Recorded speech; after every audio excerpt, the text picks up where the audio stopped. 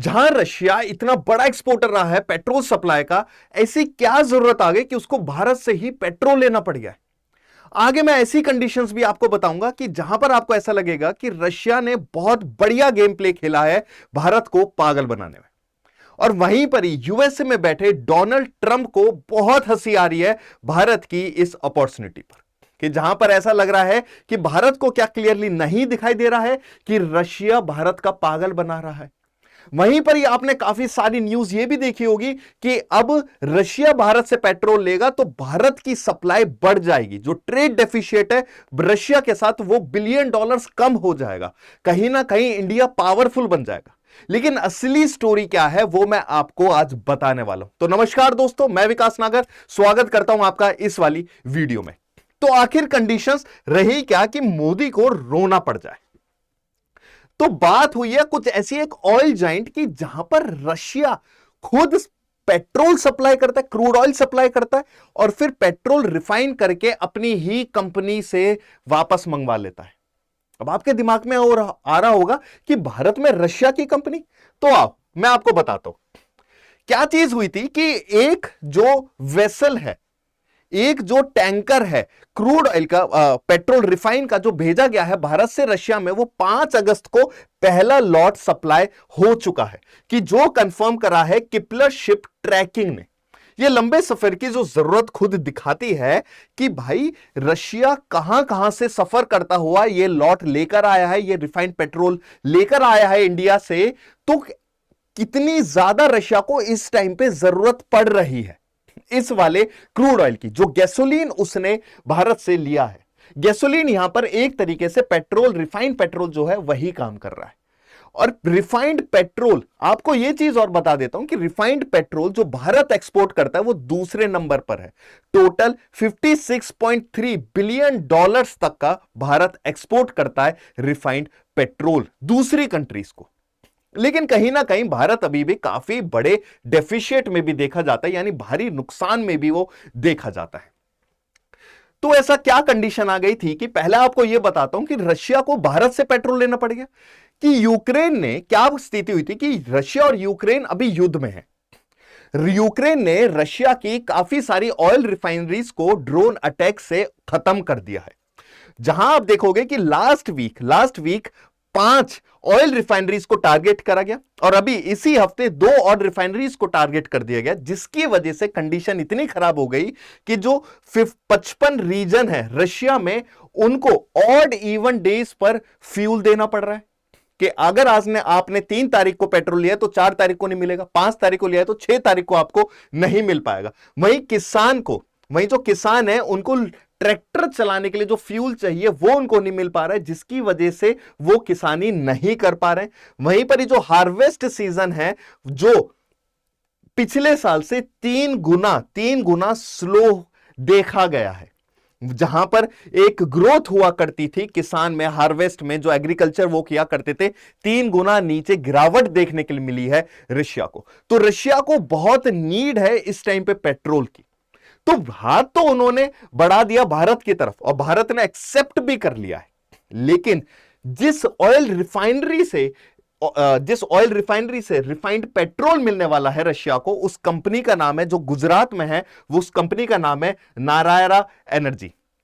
लेकिन इस नारायरा एनर्जी में एक ट्विस्ट देखा गया था कि इसके अंदर ऑलरेडी 49% स्टेक जो है वो ऑलरेडी रशिया के हैं। रशिया की एक कंपनी के हैं ऑलरेडी 49% स्टेक। तो कहीं ना कहीं यह कंपनी के ऊपर जो होल्ड है वो रशियन कंपनी का ही है। नारायरा एनर्जीज दुनिया की भारत की दूसरी सबसे बड़ी प्राइवेट ऑयल रिफाइनरी है, जो एक दिन में 4 लाख बैरल क्रूड एक दिन में बना सकती है। इसी के अंदर ही रूस नेफ्ट, जो रशियन कंपनी है, 49% स्टेक लेके बैठी है। तो एक तरीके से ऐसा हो गया कि अपना ही पैसा देके अपना ही पैसा वापस ले लिया गया है।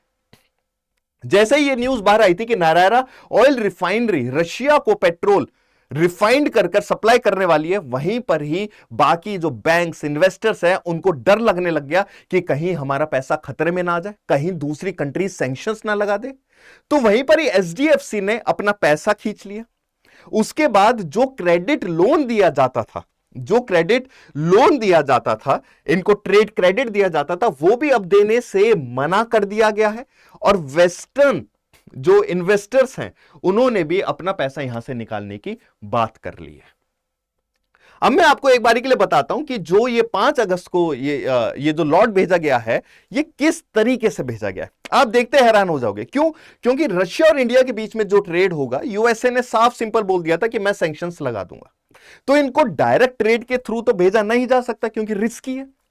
तो क्या कहानी हुई कि वदीनार एक पोर्ट है भारत के गुजरात में ही, गल्फ ऑफ कच्छ की तरफ, इन्होंने भेजा है डमैटी इजिप्ट में।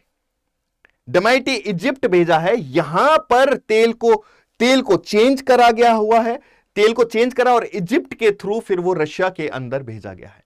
यहां पर यह और दिखाया गया था कि पेपर के अंदर यह दिखाया गया है कि हमने जो तेल भेजा वो यूएई की फुजियारा को हमने सप्लाई करा है। तो मतलब डॉक्यूमेंट्स भी कहीं ना कहीं फेक दिखाए गए हैं। ये कैमरून फ्लैग टैंकर जो अग्नि है, उसके उस टैंकर के अंदर हमने क्रूड ऑयल भेजा है जो यूएई फुजियारा में जाने वाला है, जो कि कंप्लीटली फेक था।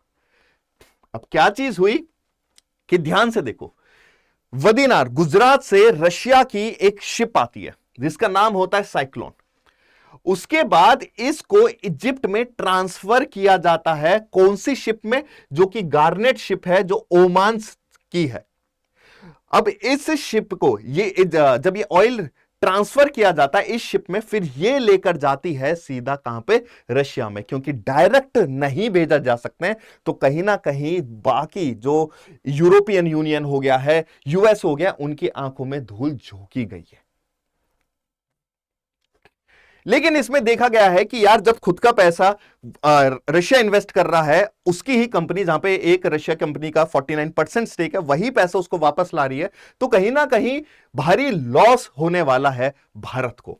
आर्थिक स्थिति में भारत काफी हैवी लॉस में आने वाला है। क्योंकि जुलाई 2025 में यूरोपियन यूनियन ने एक सैंक्शन लगा दिया था कि जो नॉन रशियन सप्लायर्स हैं, जो रशिया के सप्लायर्स नहीं हैं, वो नारायण से दूर रह गए। क्योंकि रशिया ने सीधा इंडिया से, और इंडिया में जब स्टेक है तो नारायण जो कंपनी है वहीं से दूरी बना ली कि भैया तुम्हारे अंदर तुम्हारी कंपनी में रशिया का स्टेक है, हम तुमसे नहीं लेंगे। तो कहीं ना कहीं ये इनडायरेक्टली क्या करते थे, ट्रेडर्स के थ्रू बाय सेल करने लगे कि आखिर थोड़ा बहुत जो बिजनेस चले वो आखिरकार चलता ही रहे। लेकिन वहीं पर ही जहां पर यह दिखाया जा रहा था कि पुतिन बहुत भारी कंडीशन में नीचे गिरावट देख रहे हैं, ऑयल रिफाइनरी की वजह से बहुत परेशान हो गए हैं, वहीं पर ही उन्होंने एक जगह बताया है, टेलीग्राम के थ्रू उन्होंने ये चीज बताई है कि शॉर्टेजेस जो अभी हैं वो सिर्फ और सिर्फ टेम्पररी हैं, परमानेंट नहीं है। लेकिन वहीं ज़ेलेंस्की हंस के बोलते हैं कि तुम पागल बना रहे हो। तो भाई तुम किसको पागल बना रहे हो? हमने तुम्हारी ऑयल रिफाइनरी उड़ाई हुई है, तुम्हारे अंदर इतना भारी नुकसान देखा गया है, आर्थिक स्थिति तुम्हारी अनस्टेबल देखी जा रही है, तुम कैसे ये बोल सकते हो? हमने तुम्हारी पूरी इकोनॉमिक आर्थिक स्थिति को पूरा उजाड़ फेंका है। और वहीं पर ही मीडिया इंडिया के ऑयल मिनिस्ट्री से जो हरदीप सिंह पुरी हैं, उनसे भी क्वेश्चन पूछा है कि सर किस तरीके से आप ये ऑयल सप्लाई करने के लिए रेडी हो गए हैं। तो उन्होंने बोला है कि भाई हमसे तो इस चीज के बारे में मत पूछो, ट्रेडर्स का काम है, ये हमारा कोई काम नहीं है। इन्होंने तो अपने हाथ झाड़ लिए कि भैया जो देखेंगे वो अपने ट्रेडर्स देखें, जिसको सप्लाई चाहिए वो सप्लाई ले। क्योंकि भारत इस कंडीशन में कि रशिया के साथ रिलेशन नहीं खराब कर सकता है। लेकिन कहीं ना कहीं यह भी देखा गया है कि रशिया ने भारत की पीठ पर खंजर भोंक दिया। अपनी जरूरत के टाइम पर आकर भारत को ट्रेड डेफिशिएट जो है रशिया के साथ $55 बिलियन का है, जहां पे भारत को एक अपॉर्चुनिटी मिली थी कि क्या पता कि ये जो ऑयल रिफाइनरी के थ्रू हम लोग वो ट्रेड डेफिशिएट कम कर सके, जहां पे भारत पावरफुल हो सकता था।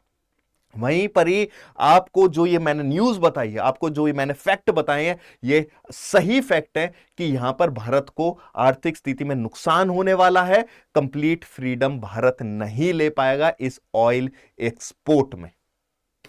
तो ये वाली चीज जो है कि अब रशिया को समझना पड़ेगा और भारत को अपनी आंख खोलनी पड़ेगी कि कौन दोस्त है और कौन दुश्मन है। माना रशिया ने मदद करी है, भारत को इस टाइम पे हल्का प्रॉफिट होगा, लेकिन कहीं ना कहीं रशिया भी बहुत स्मार्ट प्ले कर रहा है। तो सरकार को जागना पड़ेगा। तो थैंक यू सो मच। ये थी आज की पर्टिकुलर न्यूज कि जहां पर रशिया भारत से तो पेट्रोल ले रहा है, लेकिन कहीं ना कहीं उसके पीठ के पीछे खंजर फोका है। आपकी क्या राय है कमेंट सेक्शन में जरूर बताना, चैनल को सब्सक्राइब जरूर करना और ऐसे वीडियोस के लिए बेल नोटिफिकेशन जरूर ऑन करना। Thank you so much guys, मिलते हैं जल्दी।